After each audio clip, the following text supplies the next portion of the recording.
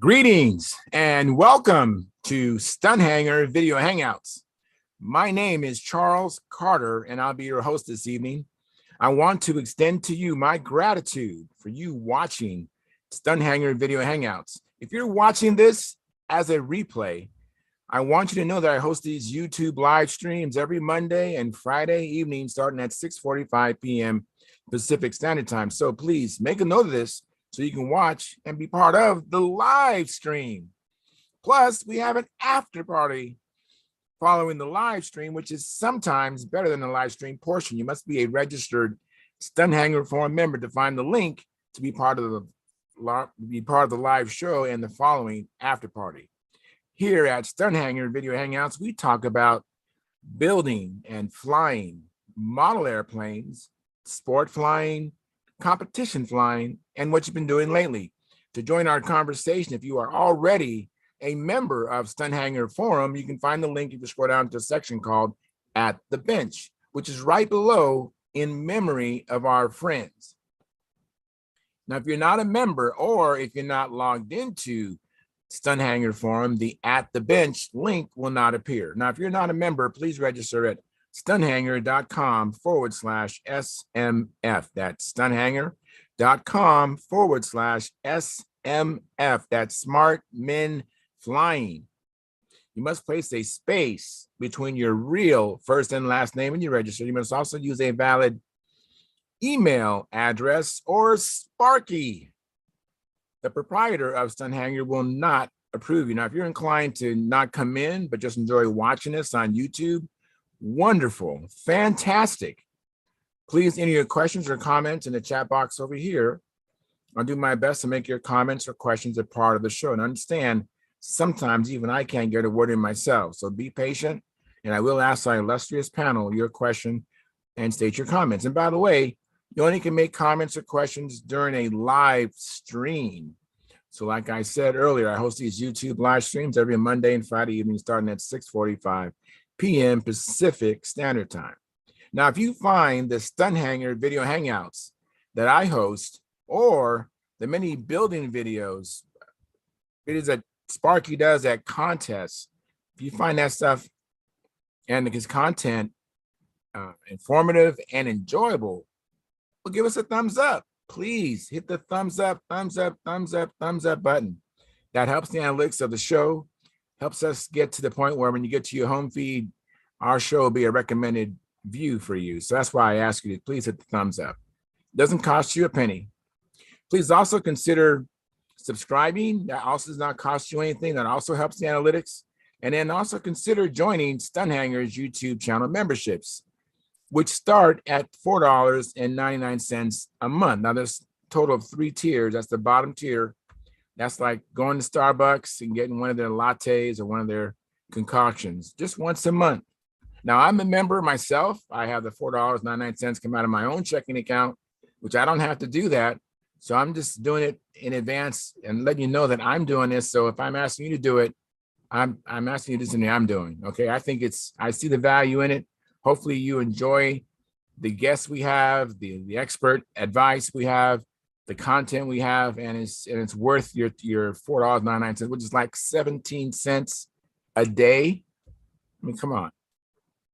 Anyways, now this is Sparky's YouTube channel. I'm only here twice a week. I set up the show, do the live stream onto YouTube. I don't come back and check on his channel for comments. So if you want to get in touch with me, go to my YouTube channel, which is called Flying Control Line Stunt. That's Flying Control Line Stunt. And if you locate the 2019 AMA National Championship video, which is a video that Sparky shot with his video camera of me flying his beautiful and light Junar XL. You actually could watch an official flight of me at the Nationals. And I was taking very good care of his plane, made sure it didn't go anywhere in harm's way. But it's a good video. Please check it out, like it, subscribe there too. And I want to thank you for your past, your present, and future support. You are making this happen. Please keep the conversations family room friendly. In other words, please don't use words or do things you wouldn't say or do around your own children or grandchildren. And without any further ado, I'm going to now post the link at stunthangar.com. And let me go ahead and post that right now. Right now. It's posted right now. And let me send this out here.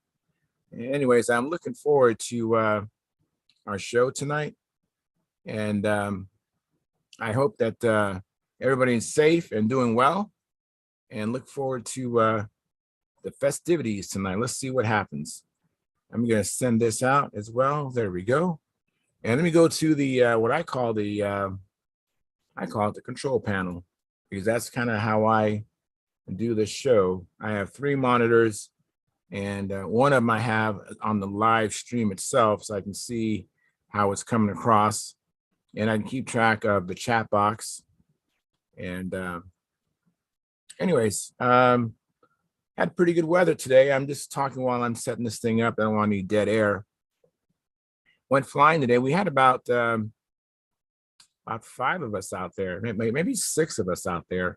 Very good day, beautiful weather, and had a great time. Except for, you know what? I have this plane. It's called a Talon, and it's very fragile. I suspect that while I was in the air flying, I must have hit a June bug or something. I have a hole in my wing now, and I'm real disappointed about that, because that's it's not something I want to fix with some Scotch tape. So it's gonna. Matter of fact, Sparky's video series he's doing right now on repairing his Mega Tucker. That is actually perfect timing. If you haven't been watching that, I would highly recommend it. It really shows how it's not that difficult to repair these planes, especially if it's a dope and tissue finish. It's not that hard. And I'm looking forward to repairing my Talon using the techniques that Sparky is demonstrating. And also, I have an Impact that has much more damage to it.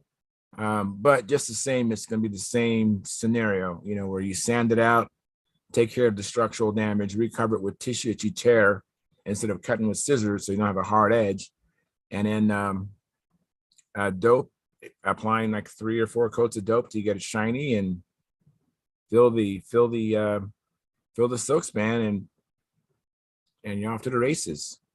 Looks like Gary Sinclair is making his way in here, so that is good news. Let me see here. Did I do that already? I did that. Great. Let me get rid of that tab then. Hey, Gary, how you doing? Okay. Sorry, I haven't gotten back to you. Get some more light on the subject here. Yes. Sorry, I haven't gotten back to you lately. I just, you know, my life is just. I will get back to you. That's all right. I got one of your comments there. Yeah. I like the colors. That's an interesting color. So, anyways, looks like John. We have a John making his way in here. John Miller's in the house. Thank you for coming in, John. And how you doing? Doing well. How are you? All right. Mark Gerber's on his way in. Looks like Mark Gerber's on his way in too. Yeah. How's your finger doing? All right. How's it feel? Not feeling bad. It's getting better. Very good. It's a little shorter though. Yeah, I know. I can see it. Well, you can't tell anybody they're number 1 now. They not sure. No, but I can tell them I've got a reduced affection for you. I like that. That's good. Hey, Mark, how you doing? Thanks for coming in. Good. How does your plane fly? Good. Good. All right. Show you some pictures later after Keith gets it. Yeah, absolutely. Yeah. That's great. I'm glad. So your maiden flight was successful, huh? Yep.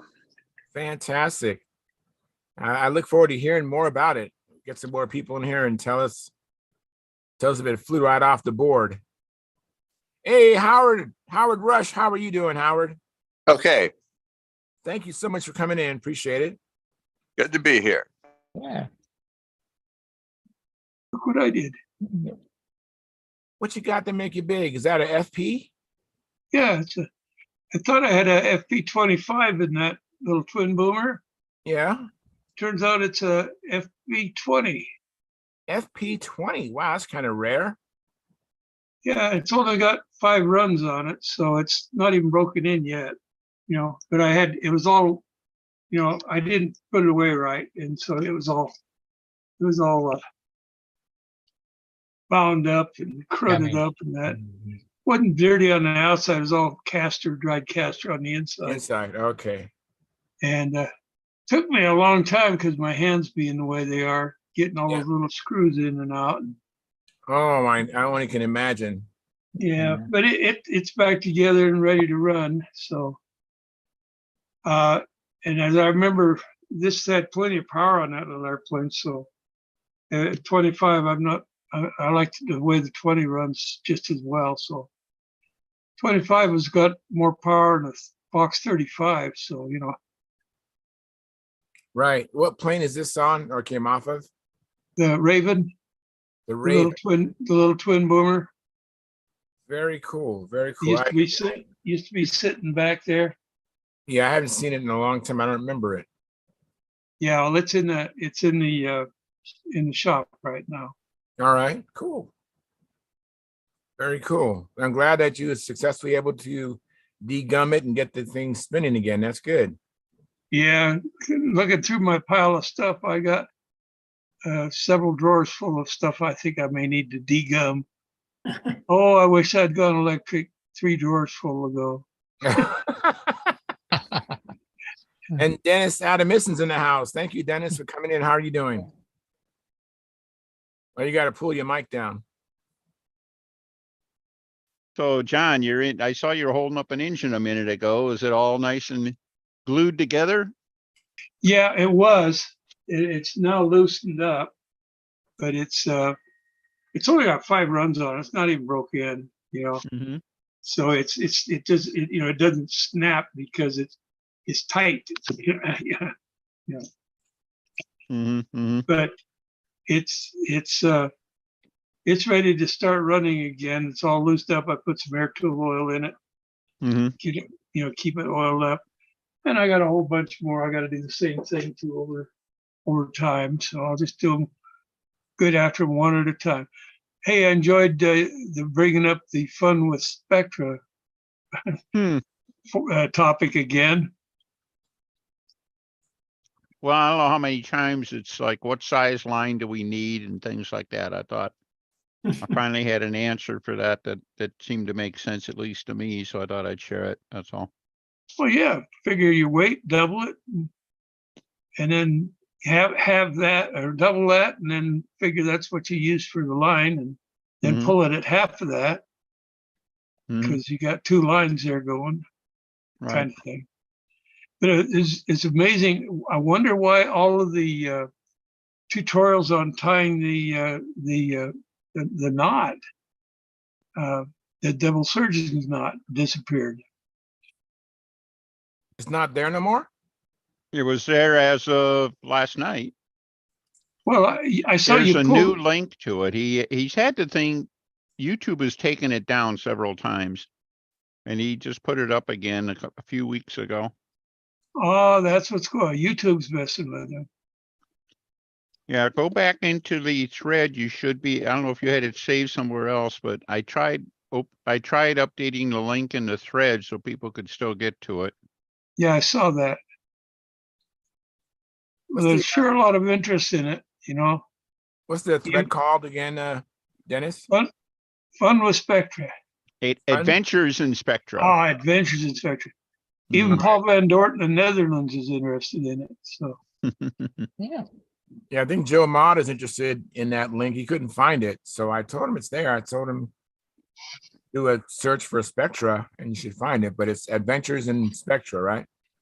Yeah, it's actually near the top of page 1 again, because I just put some updates in it yesterday. Very good. Well, if Joe Mott is listening, he'll know now. Mm-hmm. And let me welcome Stuart. Hey, Stuart, how are you doing? Good. hi, Stuart. Hi. Are you guys talking about Spectra lines there? We were. Yeah. I was buying reels I forget, 150, are they 150 feet or 150 yards? But you can Yeah. buy them in larger, you can buy them in larger quantities. I'm getting one that's 500 yards Mhm. for $89. That's Canadian, but you can buy them at bigger spools. You guys may That'll know probably that. take care of you for the rest of your life. Yep. Mhm. For me, I need lots. Well, the thing I noticed though is when I'm tying the lines, it's kind of handy to have two spools to when you're making the lines up, because then you can, like in the basement, you can tie the end on both rolls and take it out, stretch it out, mark it, and finish off the other end. That's If you good. have it all on one spool, then you have to like make up one line complete, then go start all over, make up the other line complete. Get your In exercise. a great scheme of things, I guess that really doesn't matter, but Yeah. it just You know- seems a little easier to do it. I absolutely agree with you. That's how I do it. I'd like to have two spools, Mhm. even stainless steel. And what I've done, maybe this might be helpful, is I've gone to, there's a store, it's called Turner's Outdoorsman, I think, up here in it's actually in San Marcos. But I've taken a spool and I've asked them if they could split it for me onto another spool. They have that machine, it's electric motorized thing, and they will put my spool on there and then take off and put it onto another spool. So I'll end up with two spools of equal, Mhm. pretty close to equal amounts of material. And then I Mhm. have two spools to make the lines. And that's a real big time saver, making one Mhm. end and walking outside and pool stretching and marking it, and then go back in the house and then, or the garage, and then finish it up. So check out your local gun and Tackle shop. tackle shop. They don't charge me to do it either. I thought they'd want something. They go, that's okay. They don't. They have extra spools. Mhm. Well, if that's the case, how they get this larger spool broken into two? The one thing about smaller spools is there's more waste. You're Not that- exactly right. Yep. Like you throw away almost a line probably. And heaven forbid on two spools, if you mess up one line and you in effect have to start all over on one line, then then you're going to be out of kilter, out of whack, all Right. along. So Let me welcome Jonathan Carrata. Hey, Jonathan, how are you doing? what, the poet laureate of Stunthangar? Mhm. I saw you on the I absolutely love that poem that you posted, John. It was so on target. I couldn't believe it. It's like, yeah, I know who that guy is. It's me, Mhm. So very cool. Wonder how long your Spectra lines are going to last. Is there any? You got any ideas? I've wondered that too. Like how many seasons did you use them? Did you How many replace seasons you got on yours, Denny? I don't know. I've been flying them for a season, but I've got them on all the different airplanes. So I'm flying several different sets. It's awful hard to kink them, which is the main reason I have to throw stainless lines away. Well, they absolutely won't kink or anything like that. They're impervious to any kind of chemistry or anything like that. The only wear problem I've heard is some of the combat guys who fly it on airplanes with the exposed line guides. If the line guide is made out of, like plywood or something like that, and if they didn't dechamp or chamfer the holes or anything like that, the lines will wear on the line guide. And I remember Mike Lonke says he's noticed that, and what he does is at the end of one season, he swaps it end for end and flies another season on it. And if they get wear marks at both ends, then he throws them away. The line is really pretty cheap. So Let me welcome Philip Bailey. Hey, Philip, how are you doing? Hey guys, how are you? Yeah. Doing Phil? good. Hey there. Hey, Santa Claus is feeling good this week. Good Yes. deal. Yeah, I feel a lot better.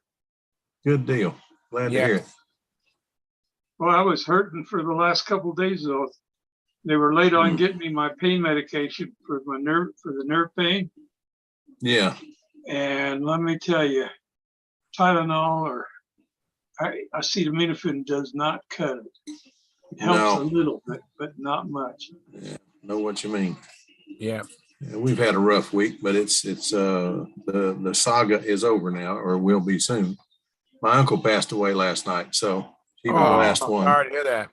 Yeah. Well, funeral's next Wednesday, and get this, we can't get his. He had prepaid for his funeral. We can't get his casket until Tuesday. Huh. Huh. So anyway, I casket's don't know if supposed I've to be ever on heard of Tuesday. anything like that. I hadn't, but What did he call it that? wait a minute. Remember he said that as many people are dying now as they did through COVID? Yeah, the funeral director told us today that there are as many people dying right now as it did through the heart of COVID. Really? So I don't know what's going on. That's Wow. what he said. I don't know. Now, this is way out of my ballpark, but that's what he told us today. But it was, Yeah. I hate to say it's boomers. Let me go ahead and welcome Paul Taylor. Thank you, Paul, for coming in. I'm glad Hey, to see you. And look, Bob Whitley is here. Hey, Bob, how are you doing? my goodness, tired. Canada is represented this early in the Yes. evening. Yeah, we got Canada going on. We got New Zealand going on. We got the USA going on. I might have put in the biggest effort to come on though. Why is I that? left What'd you home at 9:30 in the morning yesterday from Edmonton. Stopped on the way to do a bit of full-size flying with some students, and then carried on through massive storms. Cut across into the mountains and down towards Golden, BC. Missed a highway closure by 20 minutes and had to do a 3.5-hour detour to get to Golden. Oh, Conked out in the van seat for a couple hours and carried on from there, and had nothing but construction delays all the way. So I've been sitting in a van seat or an airplane seat continuously since 9:30 yesterday morning till about an hour and a half ago. Well, thank you for even Can I tell you a little? Appreciate that. Can I tell you a little something, Paul? I mean, not Paul. Excuse me. You're a little crazy. You know that? Well, I've been putting it off for one thing or another. Kept getting in the way since September to come out here to Delta in Vancouver and fly with the guys here. So and bring back some more models and stuff. And so Yeah. I finally decided it's been 25 years since I've taken any me time, just me going somewhere without work or something I attached. say you're overdue. Yeah, so I'm looking forward to it. Bet. Great. Well, Let me, we were trying, a bunch of us are trying to get ready to go to Triple Tree next weekend.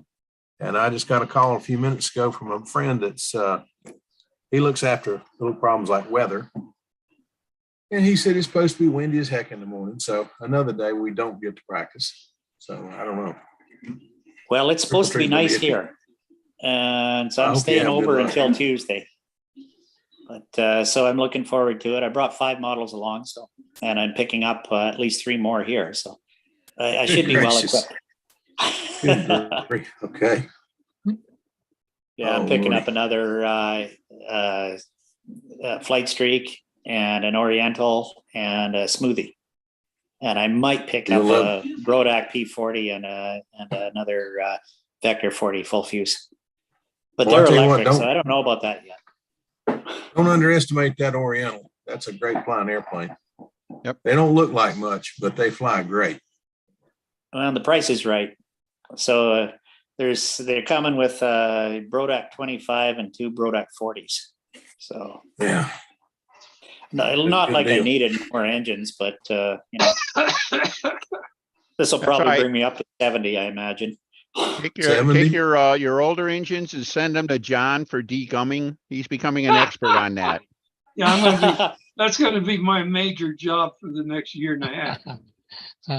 The problem is I've already degummed them all. So Oh, I'm going to send mine to you to dig up. There you go. That'll work. Make a detour through Utah there. That's all. So yeah. sounds Hey, like is you're Len used on- to is Len on detours. tonight? not yet, but I believe he'll be in. I don't know. He I has not- I gotta pester him and see if he's going to the US Nats, and if he is, I'll send him money to pick up the Win Paul books for me. Oh, yeah. Let me catch up on the chat box. I'm way behind. Jack Snavely says, hello, all air fans and pilots and tubers. And he has some airplane stickers. He's also a member of our YouTube channel. I can see by the moniker next to his name. And then Jeff Riley says, "Hi, Charles. Sorry, I missed the contest. I pulled a complete brain fart, but I did click on and gave you a like tonight. Thank you very much, Jeff. Yeah, I was looking for you, and I was wondering what was up. So I'm glad to hear you're okay." And then Edward Carlaw, it says, "Like provided." Thank you, Edward. And Dennis Adamson. By the way, Gary Sinclair said like provided. He's also a member of our YouTube channel. And let me get rid of this extra noise here. Let's see. I got I it. guess I'm curious, Stuart, how are the Maple Leafs doing? We're in overtime right now. Oh, boy. So against the Panthers. So we'll see what happens. Yeah. All right. That's why I'm on mute. Let me finish on these chats here. And then, so Dennis Adamson, who's also a member of our YouTube channel, gave us a like. Then Terry Mitchell says, "Hey guys, great to see you all tonight." Thank you, Terry. Appreciate that. And then Tom Rammel gave us a like. Thank you very much, Tom. Mark Wise, who's also a member of our YouTube channel. He's here at Triple Tree with Will Davis. And I'm not sure if this is a misspelling or I think he meant to say Mike Lonke would be my guess. And then and 11 other guys. So he said, "See you soon." And then Jack Fastnot says, "Hello, Charles and the gang." And he goes on to say, "Could you and the gang share with me the pros and cons of synthetic props versus wooden ones?" That's an interesting topic. So what is the pro and cons of synthetic props versus wooden props? Anybody want to Yeah, I'll take a stab. go ahead? Wooden props generally are lighter and easier on fingers if you're hand starting or anything like that. Molded props are going to be, in many cases, a little more durable, although they can still be just as brittle as wood and they can break. The main advantage to I'd say a molded prop is that every single one of them is exactly the same. And wood props can go all over the place as far as having differences in pitch and things like that. The wood itself, the material, as you carve it, tends to take its own form. And the molded props are, you find one you like, they'll all be the same. And if you don't like it, they'll all be the same. So I've had rev up props that were 1060Ws that were anywhere from a 5 to a 5 3/4 pitch. And I've had it happen that way on one blade versus the other. One side's a 5, the other side's a 5 3/4. I've had them measured a mid span at like 5 3/4, at the tips at 5, and things like that. And those were pretty well regarded, wood props. They were in the time they were, rev up props. Even today, there's people who look for them. They find a stash of them and stuff. They're still popular. But you get something like an APC, it's going to be heavier, but it'll all be the same. So The problem with the heavier is the gyroscopic precession. If they get too much weight swinging around there, it enhances or increases that. So you give it up control, you yaw out, down control, you yaw in. Well, there's enough weight difference in the props I'm using on electrics even, usually the electric props are made a little lighter than the glow props. And even with the lighter weight design, the plastic props are heavier enough that you can notice just the trim adjustments. Of course, the other extreme, you go beyond an injection molded commercially available prop like an APC, you go to something like the other extreme would be something like Igor's hollow core, carbon props, which are extremely light. I've never actually used one. He builds them all backwards, but if they're extremely light, but I have heard, and I have no personal experience with it, I've heard that they're actually a little flexible. They're so thin and they're actually a little bit flexible. And that's another thing. I think wood props tend to be pretty stable that way. But Yeah, I my, don't know. my personal preference, Dennis, and of course, I'm coming probably from a different place, but I'm cheap and I like a well-made wood prop like a Zor, I think is a Mhm. good investment and a good prop to have. It's a darn good choice. Yeah.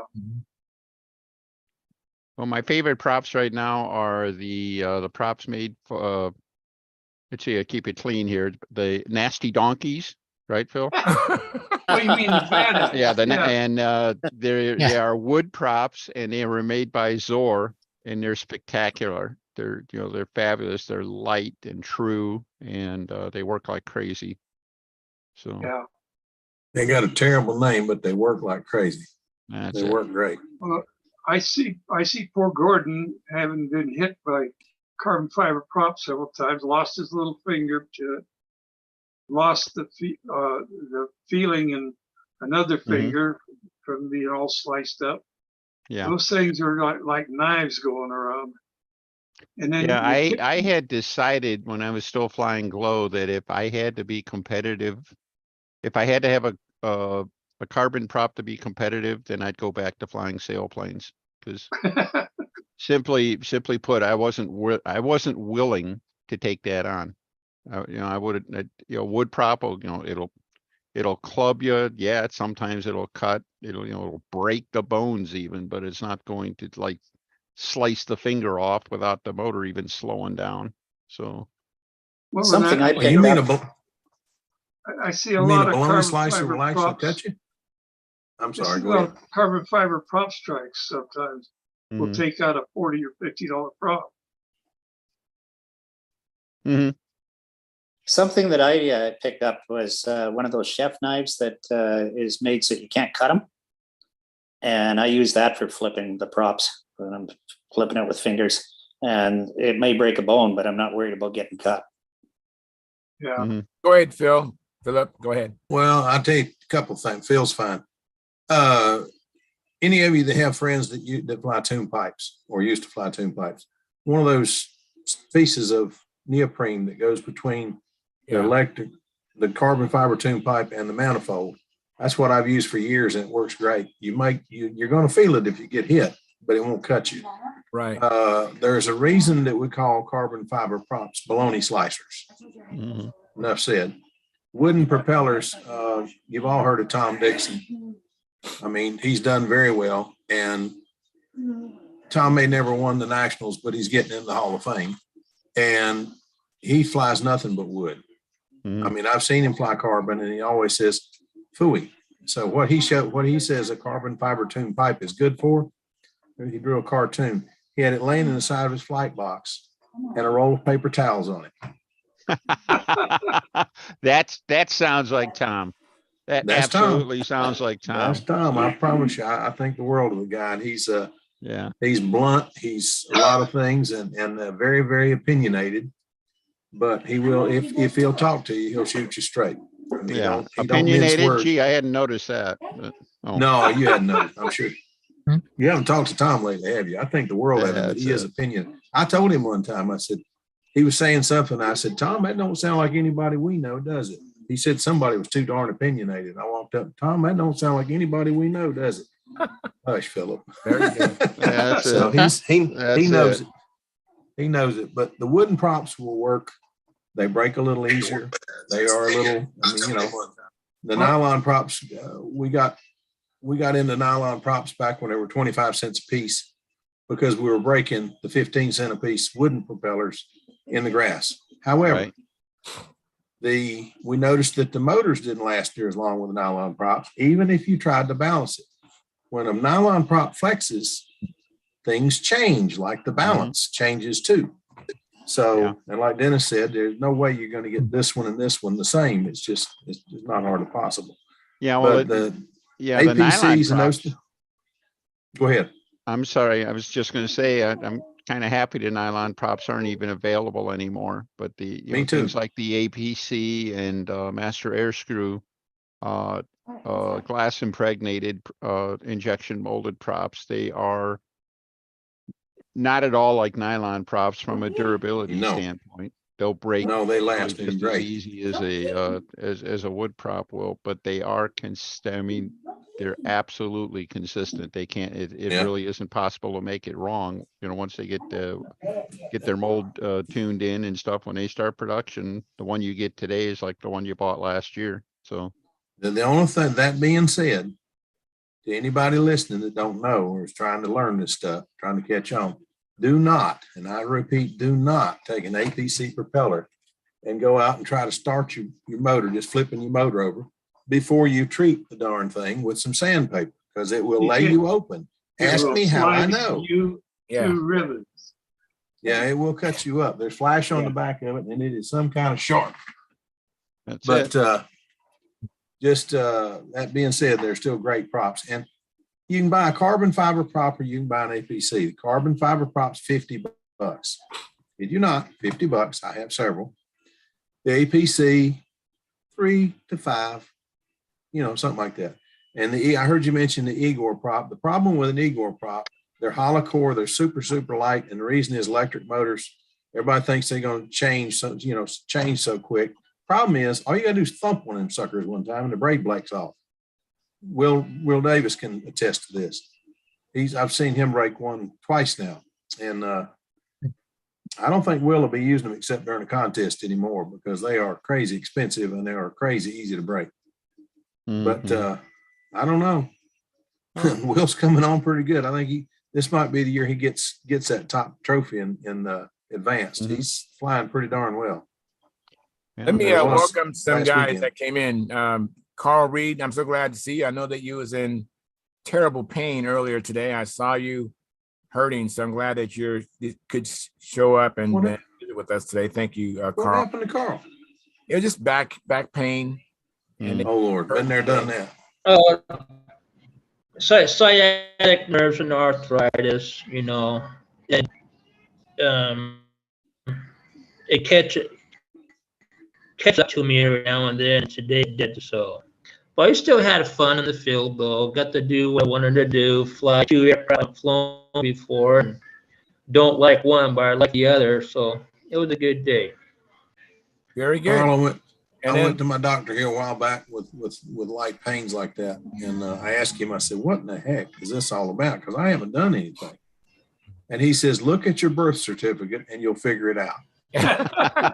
That's fine. Let me welcome Keith Trossel. Hey, Keith, thank you for coming in. Hey, Keith, how are you? Because Mark Wise had his maiden flight, and he wants to share with you some information. And so I'm glad to see you here. That way Mark can share his maiden flight experience. Go ahead, Mark.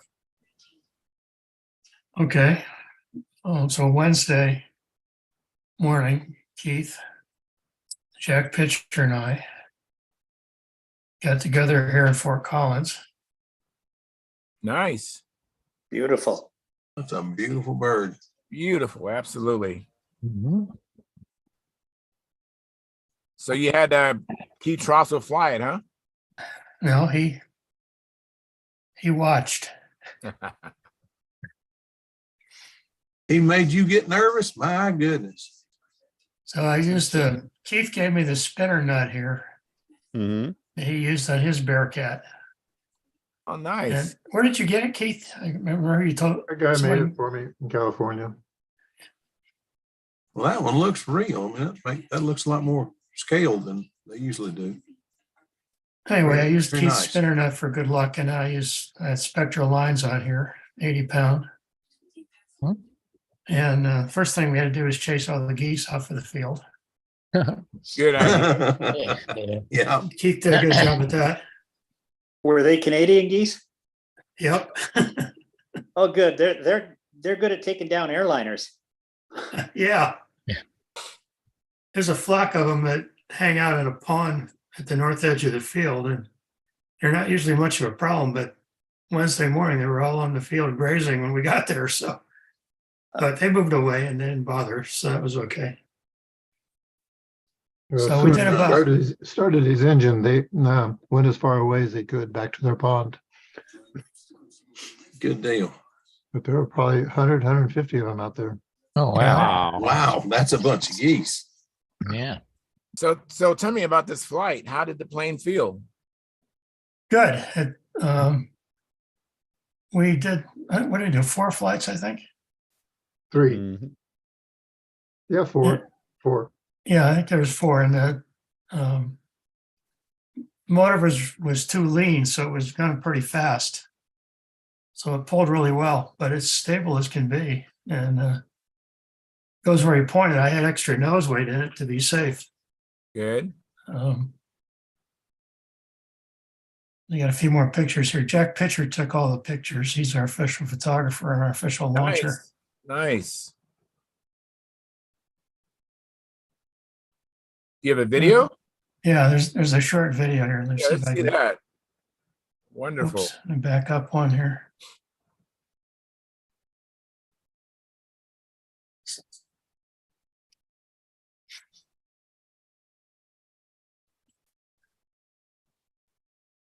Well, that looks good.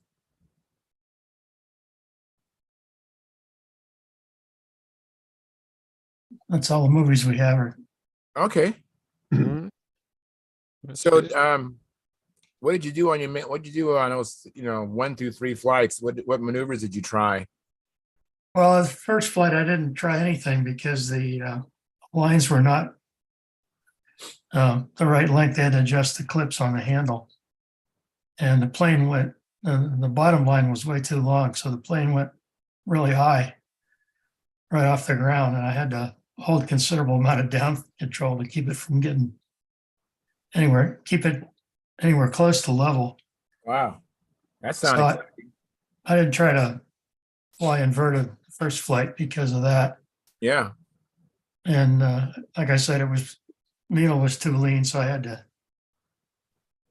was going really fast, as you can see from the video. So the second flight, I opened the needle up considerably. I adjusted the line lengths, and they came out about right. So I flipped it upside down and did a few laps Oh, inverted. yeah. Oh, that looks great upside down. Man, that looks nice. And I think I did, I don't know, 4 or 5 inside loops and about 2 or 3 outside loops, and discovered it does inside loops a lot better than it does outside loops. Not Okay. better, but a lot tighter. So I had to adjust the push rod length. That was one of the things I did after I got home. And I found out I don't have the shock gear on it because the original Bearcat 3 did not have shock gear. Right. And I bounced the first landing. But the second one came out pretty well. It skipped a little bit, but not too bad. And then it wasn't running as rich as I thought it should. The third and fourth flight, we kept opening the needle valve, but it kept leaning out and going faster, which is not what you want to have happen. No. So after the fourth flight, I just said, let's take it home and call it a good day. Yeah, it's a good day taking it home in one piece. Yeah. So here's the Intrepid Aviators again, looking it over at the end. Yeah. So Can how I did make it one fly as far as suggestion? the lap time? Was it the same speed inverted as well as upright? Yeah, Jack didn't get a clock on it, but I couldn't tell any difference. Oh, good. It didn't seem to be any difference. He was getting lap times of about 5 at the first flight, couple of flights, 5.7, 5.6, and then it kept speeding up. 5.7. Go ahead, Phil. He's going to say something. We both. Yeah, put a black prop on that thing. That's too pretty airplane to have a wooden prop. Yeah. Well, You how need a about that one? black prop. There How you about go. that You one? need a That'll black work. prop with yellow tips. Yeah. You need a Does black anybody prop with know? yellow tips. Does That's anybody perfect. know of a good 4-bladed prop for a Super Tiger 60? Write a note to Matt Colin. He's flying them. Yeah, he's using 4 blades, isn't he? I'll have to talk Yeah, to he's him. using 4 blade. He's not using a Tiger 60, but he can probably get you in the right ballpark there. Anyway, I'm worried about the props a little later. I want to get some other trimming Yeah. done first, but Well, I tell you what, Mark, all kidding aside, that's a beautiful airplane. Well, thank That's you. nice. Yeah. And I Mark, get that all was those- Super Tagger to the rescue. Because if he'd have had electric plane, you might not have scared the geese away. So were the wings level? You didn't need any flap tweak or anything, or As near as Not we yet. could tell. As near as we could wow, tell. that they were. is a good day, Mark. That's fantastic. Mhm. We had to wait about half an hour to go up to the field. We rendezvoused at a bagel place not too far from the field. But it was raining. Which wasn't in the forecast for Wednesday, but so you can see my knees here got kind of muddy. My wife Yeah, see you on your knees. wasn't praying happy you when don't I got mess up home, my- but that's the way it goes. So Mhm. Does this plane have a Raby rudder on it?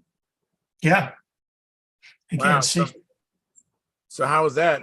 Did you think that needs to be adjusted some more, or you think you're there? It's too early to tell. I got good tension on the inside and outside loop, so that seemed fine. But He'll find out when he does these outside loops of his hourglass and four-leaf clover. yeah, that's what Keith was saying. That's where the thing really comes into play the most. So Was Right that, now, a I've set of got- molded? Was that a molded fuselage side or a stripped? now this one's molded, Okay. which is the way Where'd you get your Rabby did his Bearcat 3, is what he said. Yeah, he molded his, but Keith stripped his, and I've seen them both, and I'm telling you, Keith can hold his own with anybody, any Mhm. molded. Yeah, that Where, was very nice. where'd you get your molded shells from? I made it. You made it. Oh, boy. Well, now we know where to call if we get a. That's I have it. them for the Bearcat 5, the BBQB. BBQB. I have the BBQB molds, but I don't have the molds for that one. Keith, based on your experience with the active rudder, would you expect that his Bearcat would use basically the same system, the same profile as what you used on your Bearcat? Well, that's what he's starting with the same cam shape that I eventually ended up with on mine. It took me about 2 years to get to what I had on mine. And then it really worked well. I was fighting this thing, and with that tall, you can see that all that rudder is tall. It's all above the center line. Right. So when the Raby rudder wants to cut in, it's going to yaw to the right and roll to the left. Mhm. And what I was fighting with mine for a long time was in the intersections of the eights, particularly the overheads, is really doing strange things. And Palmer said something's not right, and I agreed. So I kept working around at different shapes, and that's where I came up with this business. And that's basically, I think, where Mark is starting now. And with the weight of his and the power he's got, he may end up with something a little bit different, but we'll just have to wait and see. Well, Mark, How much he's heavier is his using- than yours was? Mine was around, I think, 62, 63. And I think Mark's is lighter than that. Not much. It's about the same right now with the nose weight in it. Well, you Okay. still got Wow, one- 63 ounces on that airplane with a Tiger 60. That ought to be a weapon. I think Mhm. once you get your balance right, Mark, you'll be a little bit lighter. I think. Yeah, I take some more weight out of the nose. I think I can. And probably take a little bit more out of the tip. Wow. We That's gonna be a weapon. we didn't get to see enough maneuvers to see if it's throwing a tip, one tip or the other. When we get into serious flying, why we'll be able to check that stuff out. Anyway, when I got home, I took the filter off and I had some crap in there, and I flushed out the needle body assembly, and I got some more little particles out of that. So I think that was the That would filter was explain the probably speeding stuff up. left. It was a brand new tank, and that was the first flight with the tank. So it's hard to flush them enough to get everything out of them. The motor Mhm. vibration usually loosens a few Yeah. more particles up. So I think next flight should be pretty good. Is that a stock 60 or a Gardner or what you got in there? Well, I've got two of them. One is a Tom Lay motor that was brand new. I got it from Jerry Higgins here in Colorado.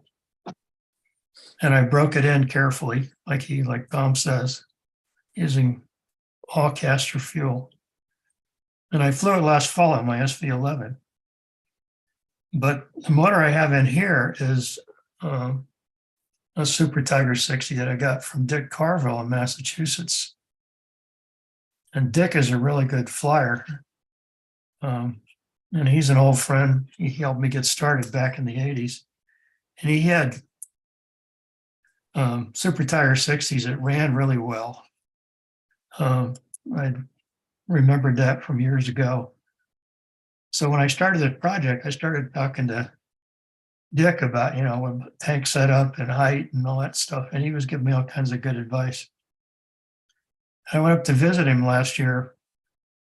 We were in New England visiting friends. And so I went up to Dick's house and spent half a day with him in his basement. And he was telling me how he's going to all electric, and he pulls out a bunch of Super Tigers from his drawer and starts going through them. And he had notes in each box about what he'd done to the motor and whether it ran well or not.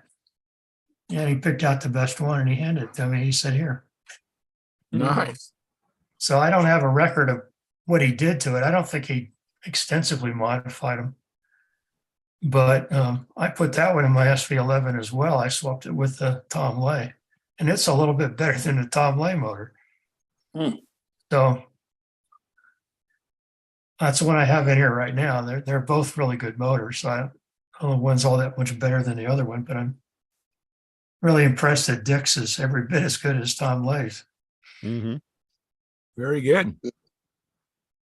Well, Yeah, it I've got sounds three like- sets of Gardner pistons and liners on order whenever you can get to them for my 60s. But I was thinking of 76 for my 75 or 76 for my Sea Fury when I got after it. But heck, my experience level and everything, and Al seemed to do just fine with Tiger in his original one. So I think I might just use a Gardner Super Tiger 60 in my Sea Fury. Very good. Do you have any more pictures to share with us, Brent? Mark? No, not today. Okay. Unless you want to go back and see all of them from when I started. But No, that's okay. this is what Jack took on Wednesday morning, so I haven't been out again. And of course, next time I go out, I'll probably be by myself, so I won't have any more pictures. But Okay. Keith So it and, sounds like it's close enough, the trim is close enough to fly and wring it out a little bit and get it fine tuned. So that's a darn good place to be. that's my plan, to get out as soon as I can. The weather's not cooperating very well. Yeah. Be suitably proud of what you got there. It's a wonderful Absolutely. airplane. Speaking of weather, it rained literally all day yesterday. We got 6 inches of rain here in northern Denver. Wow. Jeez. Let me welcome Bob Gore. Hey, Bob, how you doing this evening? Guys, doing great. How you? You been doing any flying, Bob, or the weather not been cooperating? I did yesterday. I got that little twister out that I was telling you about that I changed motors on. Yeah. And it made a big difference.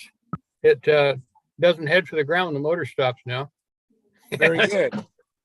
Yeah, and it's surprising how well it flies. Can you refresh your memory on that plane and what you changed again? Say it again.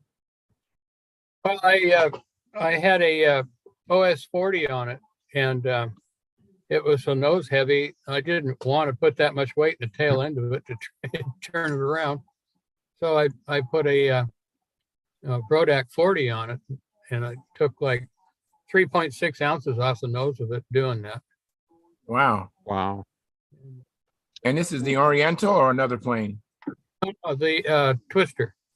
The Twister. Okay. Very good. Yeah. And I just, for the heck of it, I built it, as designed. I didn't modify it. I wanted to see, because I hear people say, hey, they fly real good, Right. So I wanted to try it out. So I didn't put half ribs in it or anything else. I just put it together like Sig Kick said to do. And it's surprising.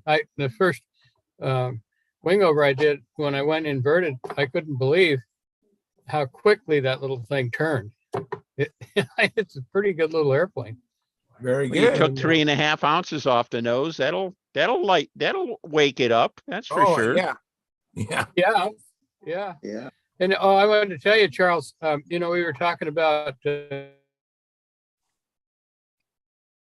Oh, no. cleaning. You're cutting out. We're not getting everything you're saying, Bob. Oh man, he was just getting to the good parts. Yeah, I know. It's a teaser. And I noticed the last time that I started it that when I unhooked the glow plug from the battery, the motor quit.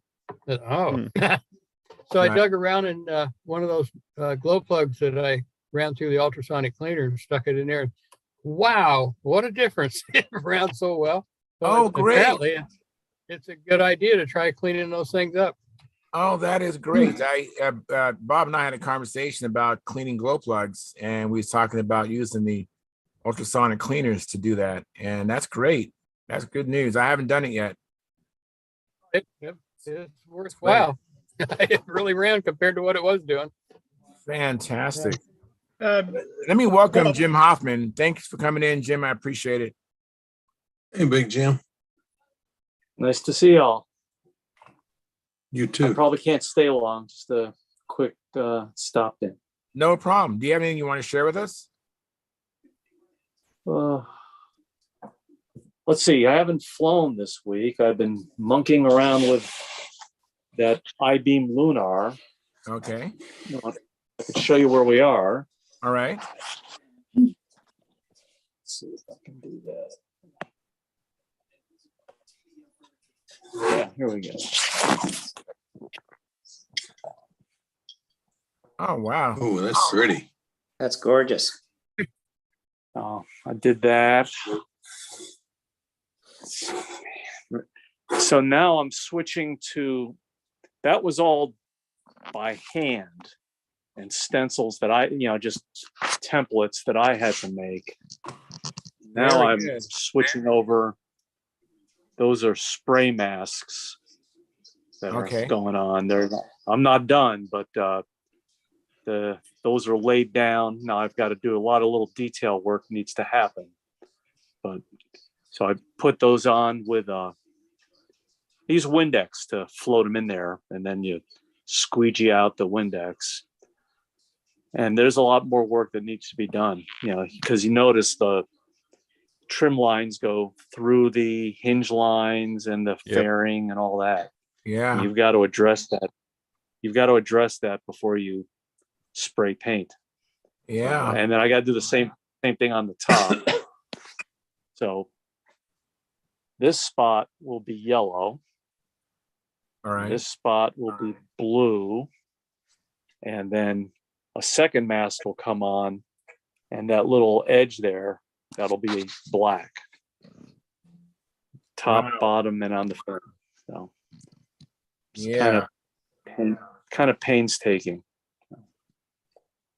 You doing the big fancy I wheel will- pant for it too? Yeah, I've got wheel pants for it. There they are. Oh yeah. Very beautiful. Very nice. So very slow, and I've had some lifting. Here, I'll show you this week's nightmare. There we go. Oh. Oh, that hurts. So that's, you notice, the airplane had it was in clear, and then a gray primer, and then a very thin white blocking coat, and then the salmon went on. Well, that's down to the polyspan. So somewhere in the substrate underneath of all that, all I can guess is there's a coat of clear went on too dry. That's all I can guess. And I knew that early on. I took the airplane before it was in primer even, and shot one, maybe two coats of thinner on the airplane to try to bond everything. And I know that helped, but I still got a couple spots like that. Sorry to hear that. Is that You know, a it's bad- butyrate finish all the way up? It's Randolph's dope all the way up until the color, and then that's PPG Omni. Mm-hmm. Okay. Okay, that explains it. Why do you I think feel that better. explains I it? feel better when Jim has the same problems I have. Because he's done the same thing I did, and I had the same problem. It lifted just in one or two spots, but boy, it's always in a spot where you got to really worry yourself to death trying to fix it. Well, I can't believe it's on the bottom. Those things always happen right smack dab on the top. Yeah. Well, yeah, Would that's you like true me to too. flip it over? Some of the guys on that show. Yeah, Oh, flip it over. no. They're on the top He did it too. on the top too, Jim. And Oh, Let me see if I can do this without hitting the fan. we're on there. Yeah, we're on it. You can pass that around. You can barely see it. That's us. Yeah, it right says,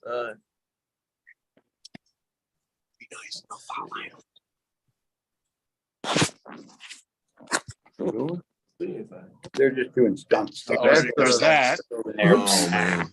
Hmm. All right. you don't get on it, Mark. It doesn't make me feel any better, but yeah, I know the feeling.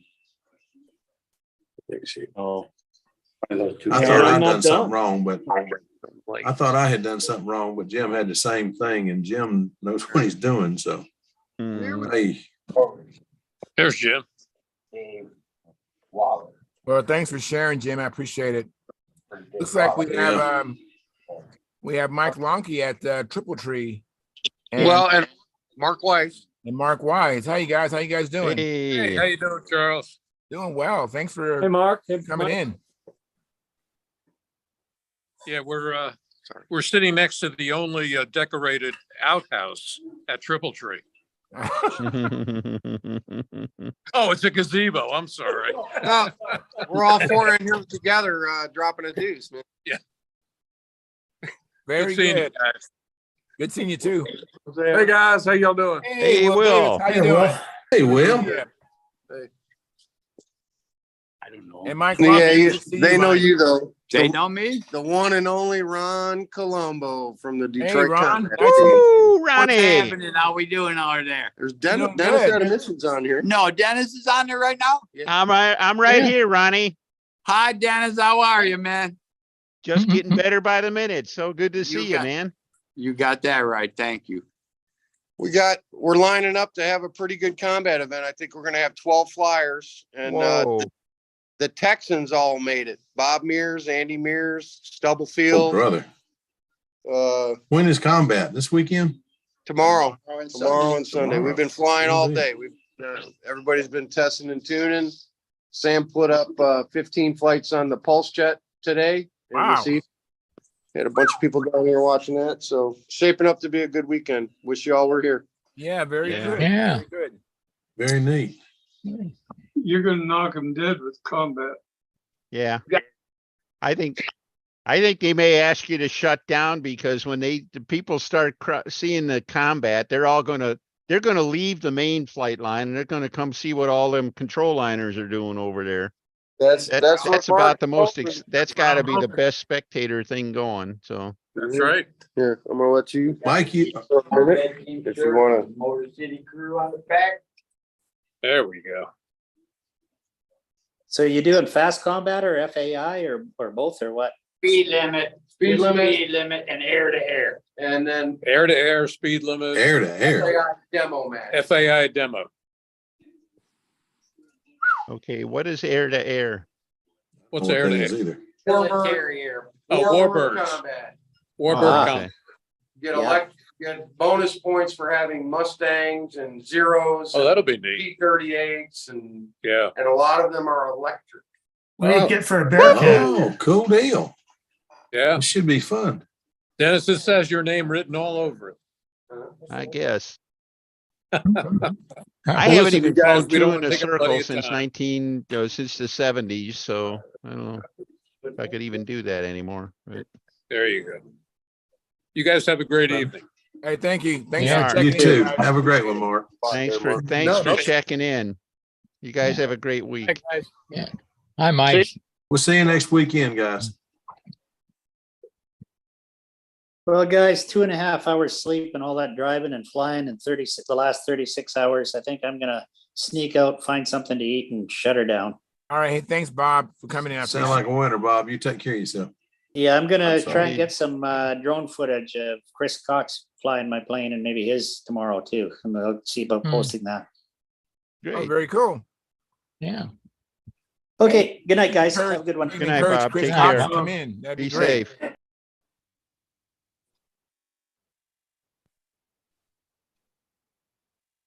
I don't know. All righty. So let me see here. So Stuart, have you done any flying or anything in your shop you want to share with us? And Gordon Delaney just came in. Thank you, Gordon, for popping in. Appreciate it. Yeah, we went out this morning. It was nice. So it was pretty good. I got doing a square going up. Uh-huh. And- What? and went- What happened? It just quit on me. I think I ran out of fuel. I thought I had still enough to keep going, but I so it ran out or still. Oh, is this the tutor or the Yeah, this is twister? the checkmate, but it didn't do that much damage. It kind of split the seam a bit, or the covering, and then kind of the skin of the balsa. But actually, I was surprised. But if again, if it's the ground so wet here right now, it didn't break it. Lucky. Good for you. I didn't quite get which plane was that. Was that the tutor or the twister? No, the checkmate. It's a different one. Oh, it's okay. Checkmate. Okay. I heard that. I thought maybe you named it Checkmate. So okay. Very cool. Very Hey, good. Stuart, Yep. sounds like you need to run a pantyhose over the Venturi like I do, or like we do. Yeah. Well, I think I just didn't realize the gauge the time, and I think I just ran out of fuel. So That's happened to me too. Yep, been there, done that. Yeah, once you get down to actually flying the full pattern, then you just measure enough fuel for that, and then you have that situation goes away. But while you're still monkeying around with the pattern, that could happen to you. You're not really sure where you're at. Mm-hmm. yeah, that's the next step.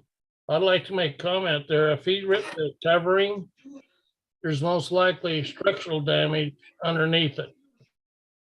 Yeah, I could look into the wing pretty good. I'll take another look, but at the outside of the skin and the top actually cracked. So hopefully that's all. It felt good on the front leading edge, but I gotta take another look too when I get to her. But yeah, usually that's what happens. Causes damage somewhere else. Right.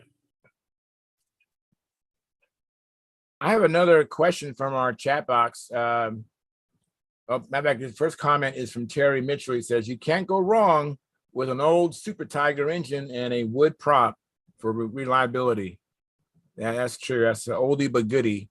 And then Jack Fastnaw, he says, "You guys did so good on the prop question. How about talking about glow fuel? How much nitro, if any, pros and cons, please?" I'll take a pass on that. Well, I'm not on the top. Now, Dennis. I use that. Well, the answer is, it depends. It really does depend. Update. The Leafs lost. They're done. They're eliminated then, right? Yep, they're all finished for the season. They're getting the golf clubs out already. Jeez. But regarding the nitro, it all depends, like the guys are saying. Sometimes if you're running short on fuel tank capacity, a little less nitro will help you get through the pattern. Yeah. And of course, as the temperature changes, it gets hotter in the day. Sometimes you need to add a little bit more nitro. I know Ruben has take takes out a couple fuel jugs of 5% nitro and a 10% nitro. And then as it gets hotter, he just does a different mixture throughout the day. So he has the same identical engine run. You can either do that or just adjust your needle, but he's inclined to adjust his nitro. It's not the same as adjusting a needle. Yeah, Nitro is that's how he does it. Nitro though. is oxygen. It's oxygen. So That's what the nitro is. temperature gets- Oxygen in the bottle. As the temperature gets hotter, the air gets thinner. So you're putting the same amount of fuel in, but you're getting less oxygen because the air is thinner. So as the day gets hotter, you add nitro, add oxygen to keep that air fuel, that stoichiometric ratio the same. That's what nitro is. So if you go up in altitude or higher temperatures, you add nitro to keep it the same. Thank you. And I do what Ruben does. I'll have a gallon of low nitro fuel and a gallon of very high nitro fuel, and you mix them in the syringe as the day goes on. That's what we do too. And we'll fly 5% through the cool months, winter up until it starts getting warm.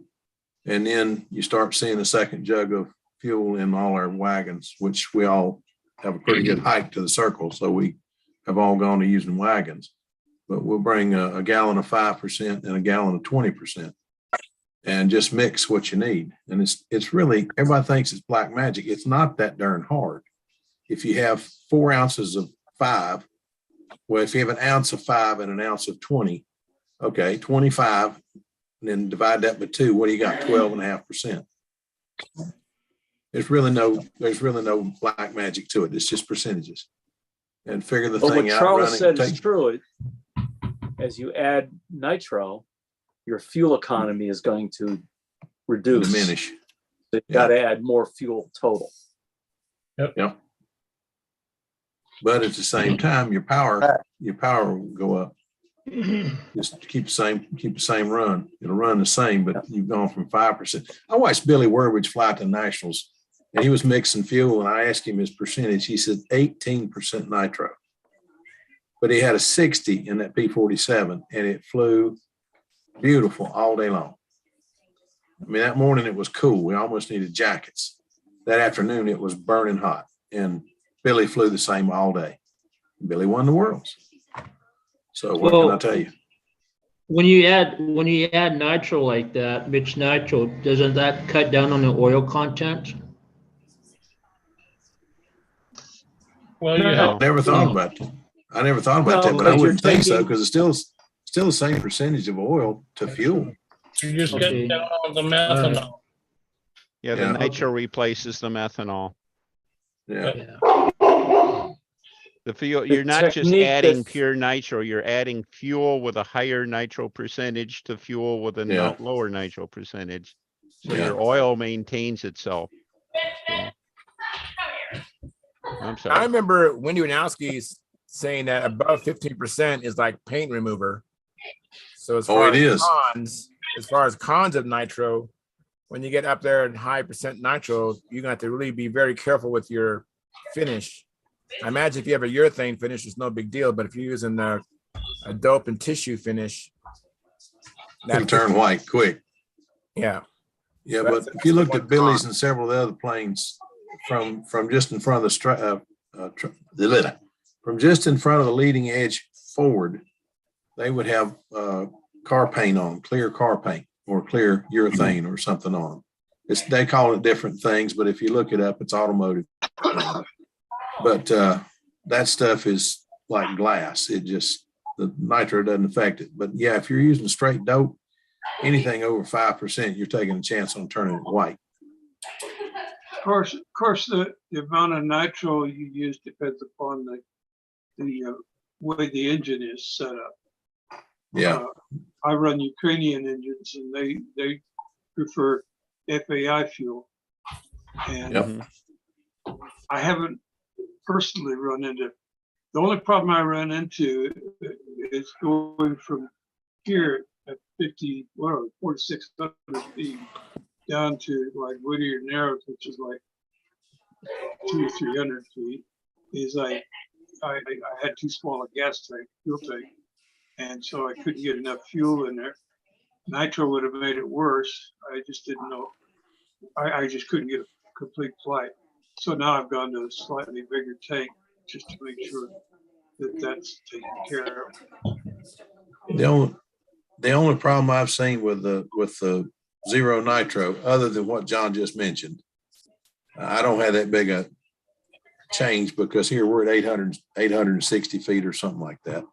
And we go down to, I think they're at 60 feet, and you don't have much of a change. When we go to Florida, we see saw quite a bit of difference because it was cool. Easy answer. Get you a little bit of Ronzo lighter fluid, shoot it in the Venturi, and once the thing starts, it'll run fine on zero nitro. They're hard to start when it's cold. Go ahead, Denny. I know what Denny's going to say. Electric always works.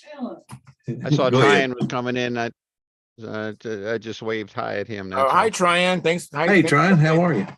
Now, Philip. Now, Hey, guys. You actually started my Stalker 81, right? Yeah, and it was zero, but it wasn't cold that day. Wasn't cold, okay, but it started. That wasn't cold. Yeah, no but nitro. you got to remember, Charles.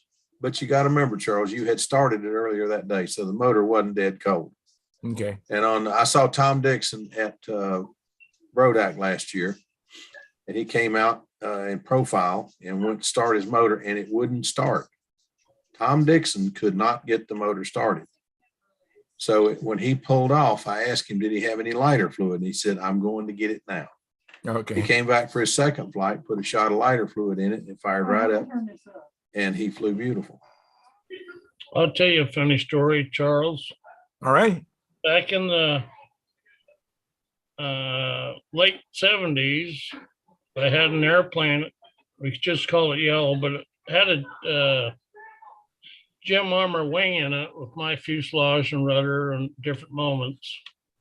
Well, I went down to Gar High School, and Bob Whiteley and Lucky Pyatt and Bart was there, and I let them fly it, and I couldn't get back on my airplane. Well, they ran all my 20% up. So I didn't have any more 20%. So I went to the car and pulled out my combat fuel, which was mixed at 40%. Whoa. And Bart says, oh, you're not going to run that, are you? This is a Tiger 46. And I says, yeah. And Dick Williams showed up, and he said, he's going to put 40% in there. And Dick says, so we lit that off, and boy, did it have a growl. I bet. I've never seen that on a Super Tiger 46. I was running 10% there. I'm sorry. And after I saw the performance of 40%, when I come back to Salt Lake, I moved up to 20%. And I ran 20% for the rest of the airplane's life. Nice. Yeah, And I you still get a got- very like deep nitro. Pardon? Yep, you get a deep, strong force cycle with it. Oh, yeah. The nitro's like heroin. Yeah. Bob Whiteley addicted me to nitro. And we did an experiment once. We just kept upping it until we got to somewhere in the 30s and was starting to detonate. But it just ran better and better and better. Yep. Wow. I haven't done anything over 15%. I started 15%. Go up. Wow. Well, I think we did on that question from Jack Fastnaw. He says, thanks. Then he goes on to say, I live in South Carolina, OS 35 on an Aries. And then McBride, I'm not sure if this is Ruben or Steven, but he says in Vegas and in Tucson, altitude is about 2,500 feet. More nitro in hot weather. In Madera, Golden State, which is about 200 feet, uses less nitro or the engine will overheat. And it's Ruben. Thank you, Ruben, for clarifying that for me.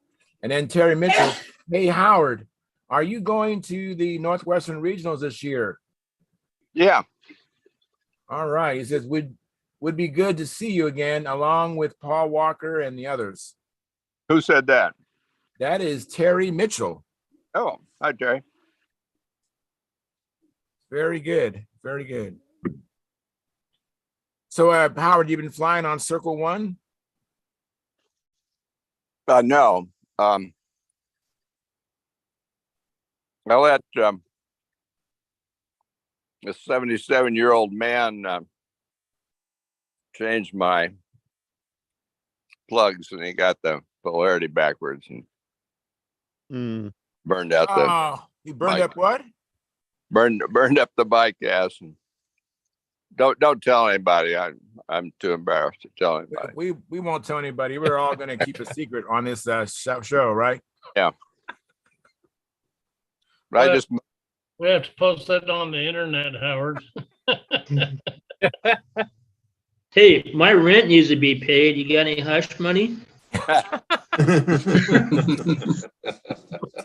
Well, I'm sorry to hear about that. That's too bad.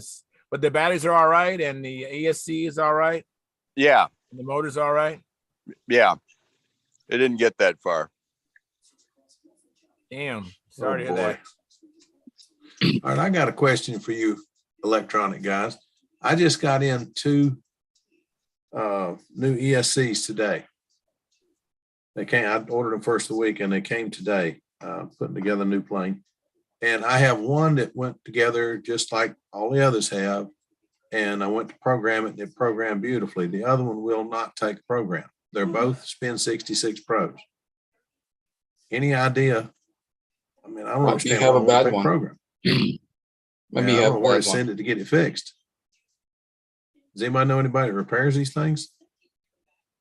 Well, a spree probably. Is that where you got it? I got it from Okie Air, but I don't understand what in the world. Why don't you just tell Russell? Maybe he'll just send you a new one and send that one back to him. Well, I may do that. I don't understand what happened. I don't know. I've been very careful with trying to program these things because I had one in the SV11 that I couldn't figure out what was going on. And I finally talked to Bob Hunt. He says, don't use the external battery, just use the flight battery. And okay. So I took the prop off and did that. For some reason, that one don't like the external. I plugged 4 pin cells into the side of the programmer, and it has worked on everything else, but this one didn't like it. I programmed mine with the external battery. Well, that's what I've been doing. Not the flight battery. That's what I've been doing. Cells? Excuse me? Was that, Howard? For what cells? I think they're AA's. That might be too many volts. No, it's just 5. I've got a 5-volt regulator on it. Oh, okay. But anyway, I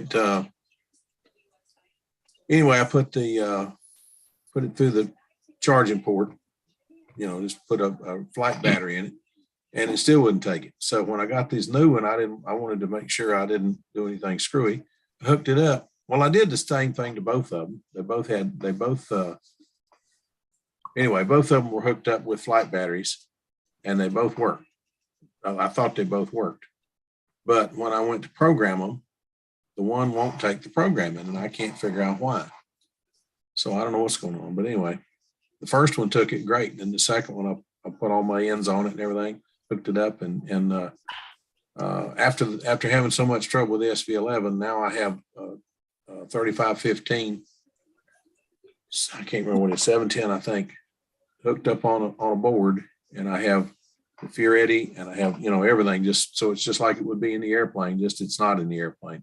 Plug everything up so you can see that everything's hooked right and everything. And the one took it just 1, 2, 3, and it's done. And the other one just didn't take it. It just, when I plugged it up, the Fioretti said, I wrote down what it said. It said something silly. It said spin 66, but that's as far as it would go.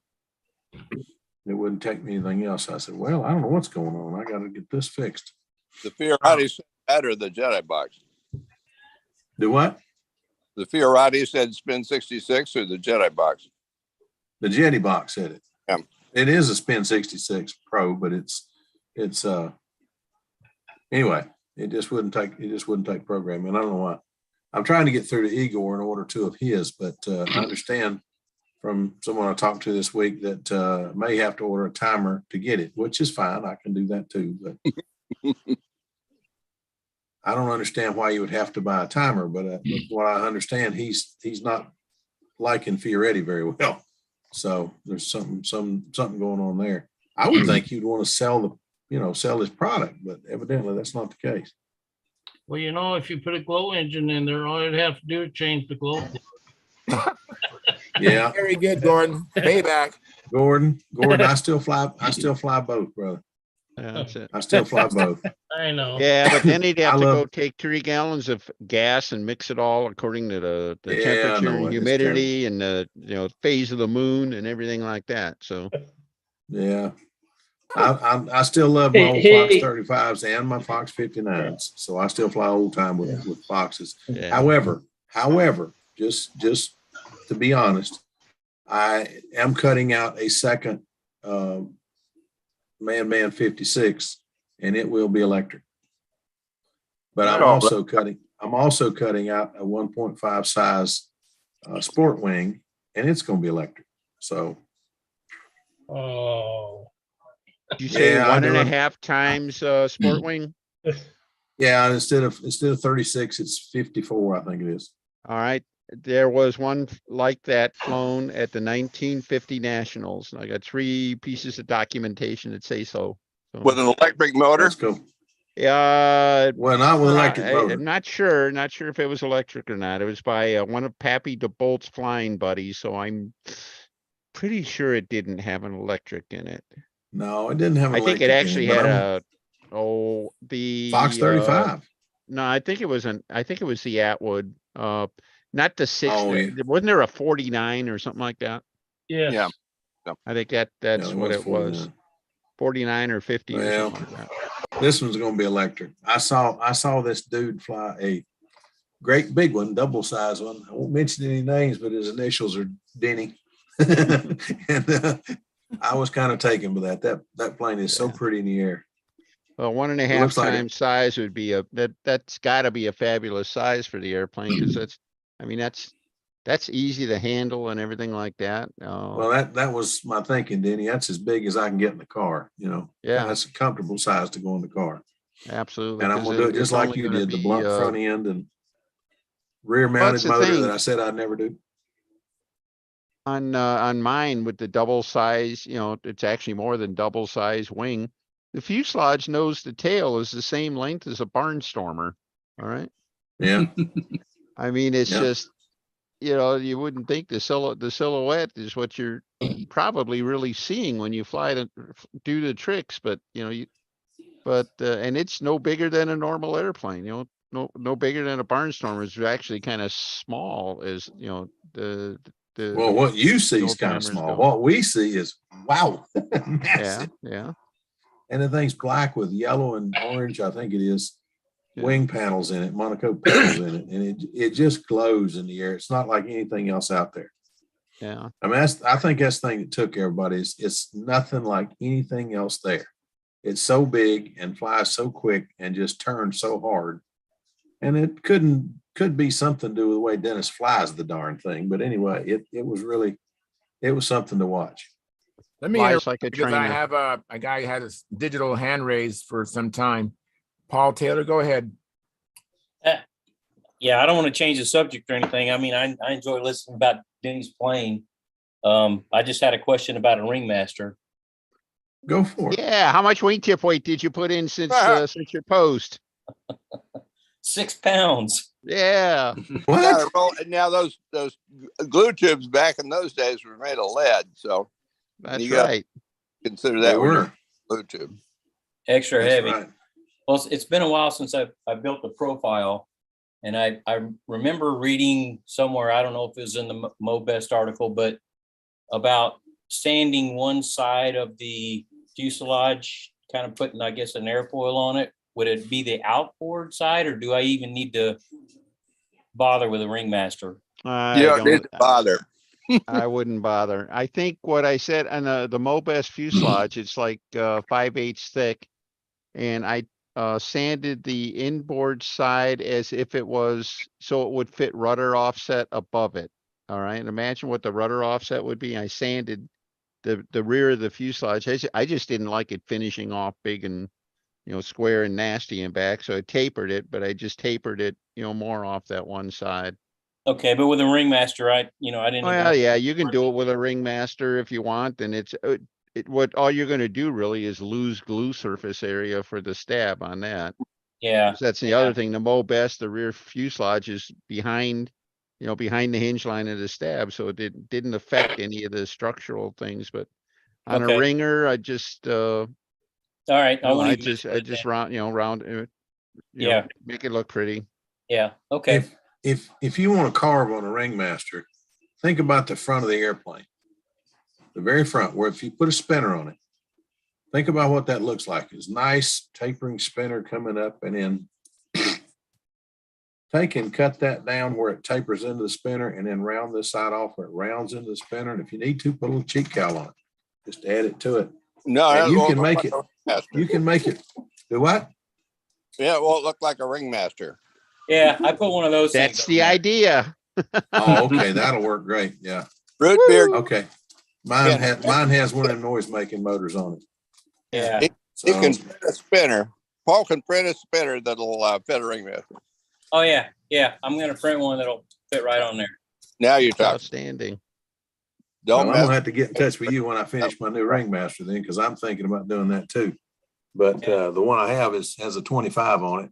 Well, I And- shrunk this down too, so it fit. I mean, it's not the standard size that you get from Okier, so I reduced that down too. That's cool. That's cool. I've still got 2 of those on back order. So Very good. Let me ask Keith Trossel, you may need progress on your big job. Keith Trossel. I think we lost Keith Trossel and we lost Gary Sinclair. Hey, Gary, you awake, Gary? Yeah. All right. Can you wake up, Keith? Yeah.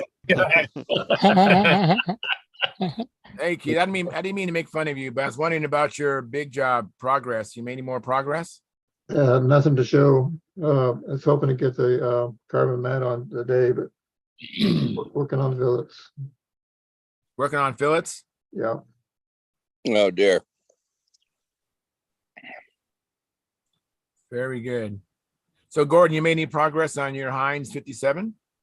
I've been working on wheel pants and getting them primered up and sanded. Good. Haven't done any trimming yet. I'm still flustered with that. Ever since I put my hand in the prop last year, it just doesn't feel right when I'm trying to pull the tape around corners. Mm. So I did the fuselage twice and finally ripped it all off. So it might end up being a one-color airplane. Well, Carl Reed has a sign off. Hey, thanks, Carl, for coming in. Appreciate it. Yeah, I'm at my daughter's house, so the kids can, so my grandkids can babysit grandpa. So they came home now, so I need to pack up and leave. So all right, it's good listening to you guys. Enjoy the meeting. Thank you. Yeah. And cool. What do you got there, Dennis? Let me make you big here. It's my, our good flying buddy, Wes. Got him out last week, and he built, of all things, he won at one of the contests. He won a ready to fly or almost ready to fly Super Clown, the Right. Brodak airplane, Wow. the glow version. And of course, he wanted to convert it to electric, and so we fixed him up with a mount, right? Wow. And it's a beam mount conversion, and he was able to just bolt that onto the glow airplane, and man, it really worked nice. And we got it airborne. First flight was really slow and everything. Got him fixed up, went up to second flight, and he lost control and crashed it. Oh. And we determined he crashed it because he forgot to glue the hinges into the control surfaces. Oh man. And it was like one of those things. He said, he's been building it like 5 minutes and, 5 or 10 minutes, and he run off and do something and come back in 5 or 10 minutes. Basically, he had the flap hinges were glued on one side, not the other, and the elevator hinges weren't glued at all. And The first flight, when it was too slow to fly, everything was all right. The second flight, we got the RPM tuned in for him. He actually did a couple of loops with it, and then right after the loops, it's like he couldn't control it, and the thing went in. But anyhow, so he was able to stress test the plastic mount, and even though the mount broke, it didn't save the motor. He broke the motor shaft. All right, he was stuck in the grass. The airplane itself, basically, it's sitting there, and all the control surfaces are off of it. And broke the stab, but other than that, I understand he's got it all put back together already, so I got to run over to see him tomorrow and fix him up with another motor. But anyhow, Dennis, will you hold that mount up? That's really clever. I'd like to see that again. Mm-hmm. Mates to I the got a beams. question. This is an Denny. OS 35, what it amounts to. You drop that into an airplane made for an OS 35. That's genius, Dennis. Genius. You know, Denny, would that work on the Warbird series that Brodak has? Sure. Yeah, the motor will turn a 10-inch prop. You know, the Warbirds are all like, what, 480 squares, give or take. And so you normally fly them with a 10-inch prop and everything like that. And that's what the motor will do. So, and in fact, that's not even the best motor you could use. But at any rate, on the Super Clown, he's flying it with a 9.6 APC. So it's like motor's not even working. But yeah, Are we I've gonna got be a able to get mount those mounts kind of again? like that on my Mo Best, bigger version of it. Dave wanted to make one that would replace an LA 46, and he just couldn't get there from here. The bigger bodied motor and stuff, they're just couldn't make it all fit, plus fit between the mounts and not eat into the mounting bolts and stuff. He tried hard and couldn't do it, but he did use the same style, the same layout. And when I built my Mo Best, I built it as if it had it has beam mounts in it. The Mo Best I actually built for the Brodak was importing those Aviastar 60s. Yeah. And I built for the kit, for the instruction manual, I built it for the Aviastar 60, which meant I had to widen the mounts up a little bit. And he made me a mount that actually fit the Aviastar mounts, the mounting pattern. I could literally take the airplane I had at Brodak last year, and it would take me a few minutes, but I could switch it over to the Aviastar 60 and put a fuel tank in the battery box and go make noise. So now that mount you said is for OS 35.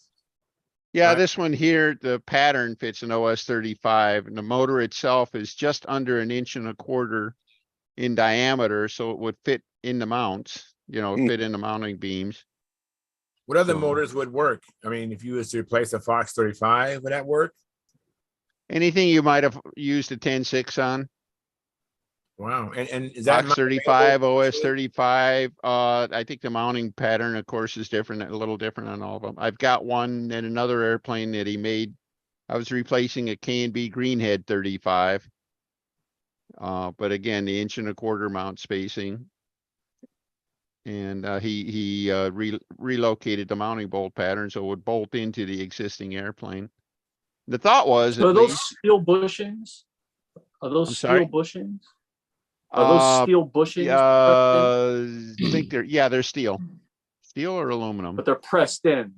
He didn't print around Yeah, them, did he? yeah, he didn't print them in. They were put in after it was assembled, or after it was printed. And you can't see them, but he's got them up front too. One thing he could not make the native plastic work. It just didn't work good in crush, and he kept trying to print it in higher densities and stuff, and he couldn't quite get to where he wanted to be. So he put metal inserts and everything, and the problem just vanishes. But is that PLA, Dennis, or? Oh geez, I think it's PET G. Okay. He was using PET G and everything, so I'm guessing that's what it was. So yeah, it's a little bit harder than the PLA. Are any of your nephews or family printing those now? Or are they taking it up? Or no, nothing. Don't know if he will. My nephew is actually in over his head right now. Aside from working for a living, he's printing props for rubber models. And he's like, he's got 4 printers busy trying to keep up with his orders. So How many, what size battery pack do you use with that, Dennis? this is the motor is a 4-cell motor, so depend on the airplane, either a 4S, probably a 2200, and most 35 size, classic size airplanes. Maybe an 1800 if it's light. Wow. I was thinking maybe a flight streak. Oh, a flight streak, you probably put I'd put an 1800 on that. Put a 9.6 or 9.7 prop, and you'd have a lot of fun with that. The biggest problem with the flight streak is that, well, the wing is thick enough, but the nose is so darn short. The fuel tank is bigger than the gas fuel tank, shall we say. So you got some trouble. You either got to figure out how to put it above or below, or notch it in and, notch the leading edge and get it back into like the high point of the spar or something like that. I found some little FPV batteries, 4S batteries that are going to fit in the nose of this Ringmaster without cutting into the wing. That's great. The ones that Brent's working on, the lithium ion, are physically shorter. And I think if you do a proper selection on a motor and batteries, you could probably run a 3-cell battery, higher kV motor, and you can get to the same place. So. This is a 2218 motor, and frankly, starting from scratch, I'd use a one of those nasty donkey 2320, I think it is, which is physically just a little bit longer. It's actually it's about the same outer diameter, but at any rate, that would be a minor power up, versus this. This is a 2218. What was it? Black Magic or something like that. It was a brand that really never took off. I was able to get some, considered trying to get them for Brodak, and and it just wasn't enough there. There wasn't enough reason to get them. Let's put it that way. Ultimately, but I got a few, and they still show up in place to place here. But well, thank you very much for showing us that. It's pretty cool. I got a question. Go ahead. Yeah, just last time we were talking on the last session, some of the guys suggested, or somebody suggested about either on Stunthangar or YouTube, about how to set the plane up. And I can't remember who it was that you said to go look for on the on how to set up the planes. Does anybody remember that? It's a little, anything specific, more specific than that, Stuart? Was it setting up an electric airplane? Was it trimming out a twister, or what was it? Just to set, I think to do with like tip weight and flaps and everything. Like somebody suggested something, I can't remember. I should have. Paul Walker's trim article. That might have been it. You go to flyinglines.org and look in the stunt section. Flying lines. Let me welcome Lynn Burrell. Hey, Lynn, how you doing? Wait, what was the last name? Paul Walker. Walker, yeah, okay. Paul Walker. Okay, I'll check that out. Great, thanks. Yeah. Yeah, it's a good article too. Good read. And Hey, Lynn, Bob Whitley was hoping you'd show up. I don't know if he's still here though. Bob Whitley. Bob Yeah, Whitley. he had to go home. Can't reach him from the Yeah, grave. check out. Yeah. Bob Whitley. Bob Whitley, yeah. He's wanted to know if you're going to the U.S. Nationals. If you are, you're not. Okay, that takes care of his question. No, I won't be going to any contests this year. Not Okay. this year. It's very quiet this year. No, saying ain't so. Well, it's not quiet. It's a quiet year for me this year. That's what it is. Okay.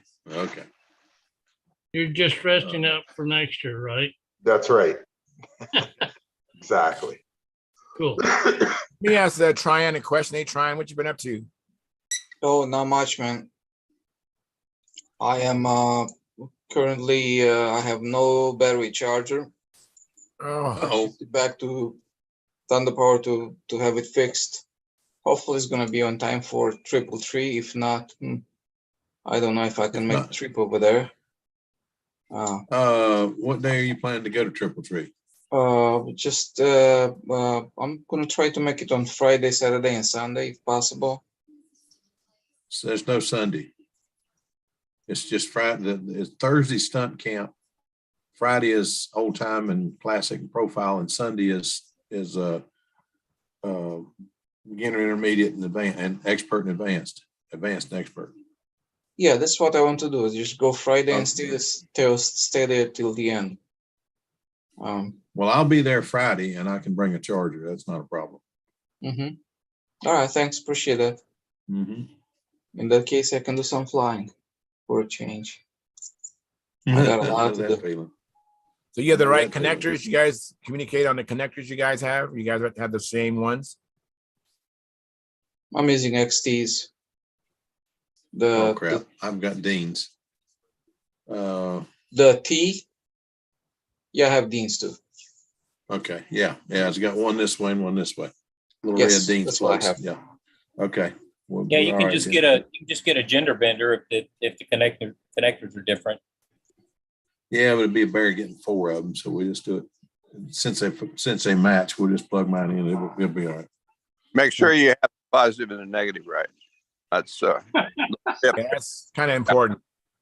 Ask Howard how he knows. Yeah. Oh, hey, No, I don't How do want you to know, ask Howard? Howard how he knows, because I know that hurt. I know that one hurt. well, Yeah, a couple years ago, I was going to launch Roger Kramer's electric, and he went out the handle, lit off, and he signals, and I shook my head, no. He keeps moving his hand, yeah, launch it, and I'm going, no. Trying to get, what's the problem? I said, it's turning in the wrong direction. That would be a major problem. Yeah, nothing like having a plane come back into you. Yeah, well, when I went to release my hands, I felt it pushing back, and I thought, no, this isn't going anywhere. been there, done that. Yeah. Oh me. I have Timothy the board checking in. Tim is from Texas. Thank you, Timothy. I appreciate that. He's also a member of our YouTube channel. And we have 32 likes. Thank you very much. Appreciate it. But we don't have any chat revenue and no new members. So please consider subscribing to the channel and consider joining our YouTube channel membership. That helps us out. The Sparky and I have been noticing that the super chats, the new members, they're all down. So if you been thinking about it, please, we could definitely use your participation. And Sparky is looking to hopefully go to Brodax, and if we want to have film coverage of it, go to stunthangar.com. So if you go here, you won't see it for a month. If you go to stunthangar.com, I think he has a thread that you can find to help pay for the bandwidth. I think it's like $50 a day. I think it costs him. Wow. So please support us. We need your help. Anyway, so super chats, join a YouTube channel. And if you want to help Sparky with coming up with the money for the bandwidth, do it at the Stunthangar forum, not here, because again, not to belay it, but this takes a month before this income shows up, and Sparky will need it before then. So anyways, well, I've been, I went out flying today with my Talon. I know a few of you have seen pictures of it.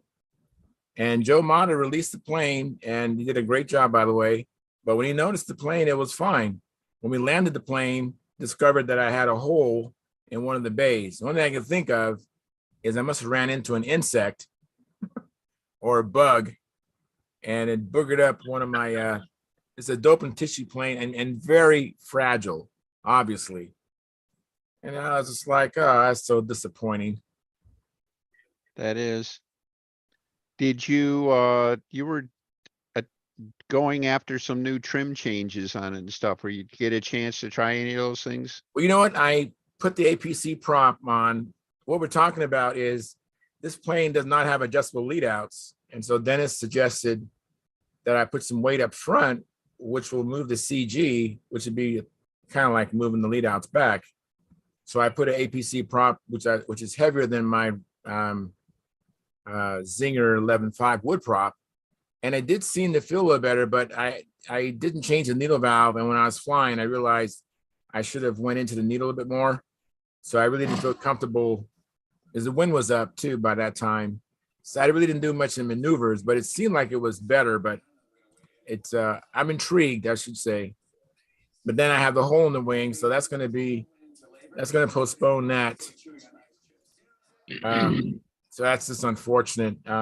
But thank God Sparky has a video right now about, he had a, I think it was a sprayer. He dropped a sprayer through his oh no, Mega Tucker.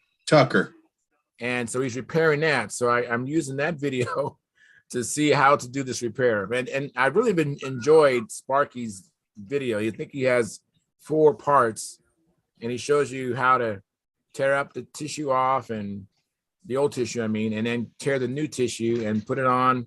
It's really good. I highly recommend tuning in and look at how to do a repair. And I think it's going to show the complete repair. I think last time I saw it, he was ready to paint the white. So it's really good. Check it out. Timothy DeBoard says, I have a twister. And by the way, Timothy DeBoard is a member of our YouTube channel, and we appreciate that. And he says, I have a twister on the bench, Brodak 40 or a Flash 35. I don't know what a Flash 35 is. It's one of the clone engines. I think it's a clone of the old S35 OS. But never seen one run. Don't know anything about it.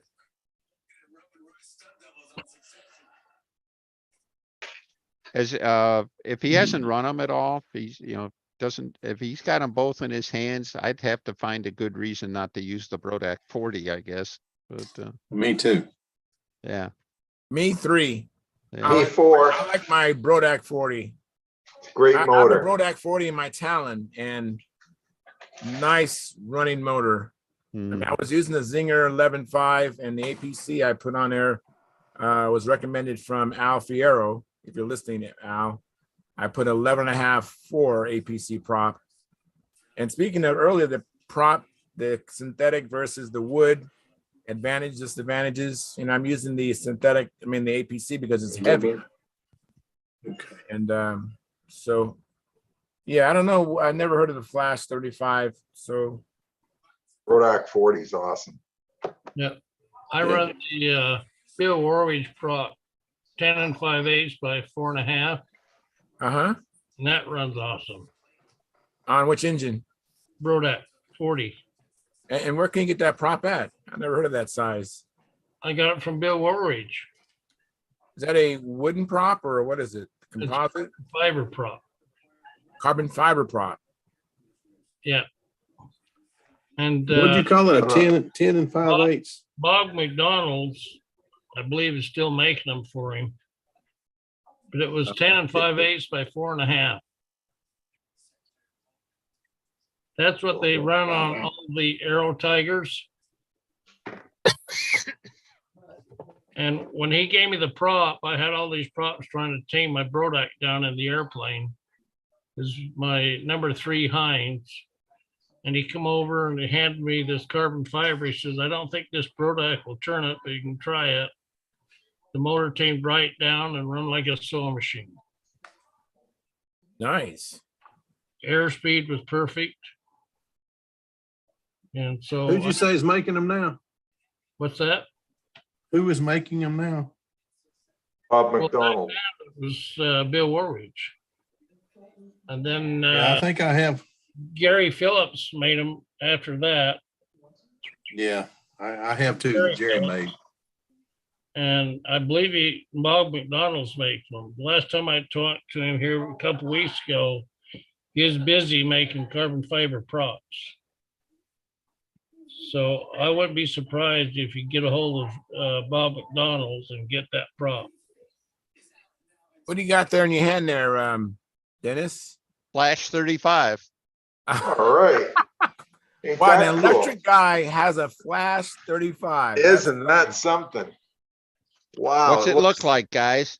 OS 35. Like an OS 35S. Plain bearing, same. So Cool. this one's got a Does look boogered a lot up like it. head fin and stuff. There's another brand new one. And, you know, it looks like an OS carb and everything else. Look at the goodies you got.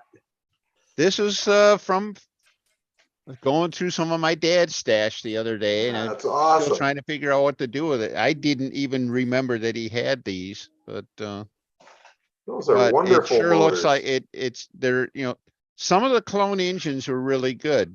All right, some of them not so good. I have no idea where this one is from, or you know where it would fall on the spectrum, but it may be fine on a twister, you know, / tutor or something like that, but I have a comment from Timothy DeBoer. He says the Flash is an Aldridge custom and it starts better than the Brodak. It's a lighter and louder. all right. If he's run it, it sounds good. Worst case is he takes it out and he wastes a flying session or two trying to figure out how to make it run. If it runs the way it's supposed to, then keep the Brodak for the next project. So So what kind of muffler are you using, Timothy? Are you using a strap-on or no muffler at all? Let's find out. I don't see any muffler lugs on that Flash motor that Dennis no, it had. doesn't have any lugs. It would this one would have to have a strap on. Yeah, I have a brand new OS 35 new in the box. So do I, and I'll trade it for a Brodak 40 any day. Oh yeah, good trade. Texans don't use strap-ons. I don't think the governor will allow it. Oh, that's too funny, Howard. I love it. Yeah, Howard, did you see that deal on the YouTube? Somebody was trying to sell a Nelson Combat 36, and it had to be a joke because they said the bid was $3,225. Yeah. I saw that thread on Stunthangar. Isn't that a joke? That's got to be a joke, doesn't it? I don't know. I said I'd sell one for 3,000 without the glow plug though. Wow. By the way, this is the muffler that came with the Flash, and it's a clone of the old OS muffler with straps. All right. Oh, okay, if it's a clone, then okay, that's cool. So I guess whatever OS 703 or something like that. Something like that. I'm trying to remember what number it is. I got a bunch of those in the Granderson estate. You have a bunch of what? Those OS mufflers. I think it's there's. I don't know the number. I'm going out the shop. I can tell you. Interesting. Interesting. Hey, it's a pretty good find for the electric guy, isn't it? I'm impressed. I'm like totally me too. Flabbergasted. I can't believe you're pulling up a Flash 35. I could see you pulling up a like a Super Tiger or Aero Tiger or something, but Flash 35. It's a news flash to me. I didn't even know one existed. I never even heard of it. I got one for you guys. What's that? An OS Stunt 35. It's been bored, and I put a Super Tiger 46 piston liner and rod in it. Woo! Wow. With Trick motor. Switch band head. Huh. Where you are, gearheads. I just shouldn't be too surprised. You know, it's a ring motor. And the first one I did on the head has got so much compression that it feels more like a combat motor. So I'm gonna have to chuck it back up and take a little more out of the combustion chamber. But it's So- light, it comes out of 39. But it comes out of very, very light, possible 40, being in the OS stunt case. Why don't you just add head gaskets? Here we go. What do you got there now? This is a Max OS 35. 3. All right. The old engine. Oh, yeah. Used to have steel, steel fin. Yeah. Yeah. This has a Super Tiger 35 top end in it. Holy And then crap. Dad made up a set of fins to fill up the hole. Even has The original rubber exhaust plug. plug that used to be I a love feature those of all OS engines, right? Yep. Yeah. So Damn, Very How nice. about that? that's I hadn't sweet. seen I one of didn't those even in know those. years. I didn't know those existed either. Yeah, I've got several of them. I that's like it. But anyhow, Gordon, it looks like my dad, you should have hung out more. So he rebuilt the OSs with Super Tiger parts too. So Yeah, I loved your dad. We always got along. I couldn't, every time we saw each other, we had to stop and visit. mhm, I met him at first in Tucson. mhm. I met him a couple times at the Nats and got to visit with him both times. So we had a good time. And Yeah. we hung out at I don't know if it was a bar or what it was, but we hung out there and shot the breeze probably for an hour. Yeah. Very nice man. Yeah, he definitely Gordon, had you a circle reminded of me- friends about as big as the USA. And then he started getting involved with the Worlds. So Yeah. he infected them too. So anyhow, this, as I recall, this thing really ran well too. But it's a one of a kind engine, so it's like, can I sell it to who for what? I mean, come on. And I probably will never use it again either, but what the hell, I should see if one of those, I think I could find an old OS muffler strap on for it. That was the other time, we flew it before we were using mufflers. That's how long since it Yeah. flew. But Wow. I'd like to see how it is compared to the stock ones I have. well, the OS 35, the Max 3 was not a bad engine by itself. All right. The original OS Maxes were well made and they ran well. I think they were a little higher performance oriented, more racing / combat kind of thing. Mhm. The basic block was just a little bit bigger than what they settled on for the S35. And this block actually turned over the years. This became the basis of the H40. Yep. All right. Yes. Pylon racing engine. Have one of those. And with a few changes, I think mostly to the Venturi to make it a little more friendly for dropping an RC carburetor into it. But it's physically just a little bit larger. It will not drop into an S35 mount. No, I have a 3. I have one, but it has a bad bearing. I need to get around to replacing the bearing. Mm-hmm.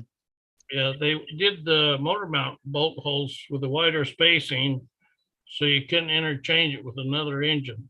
Right. Yeah, those holes are so spaced, it's almost like a K and B. Really? Yeah, it's really spread out.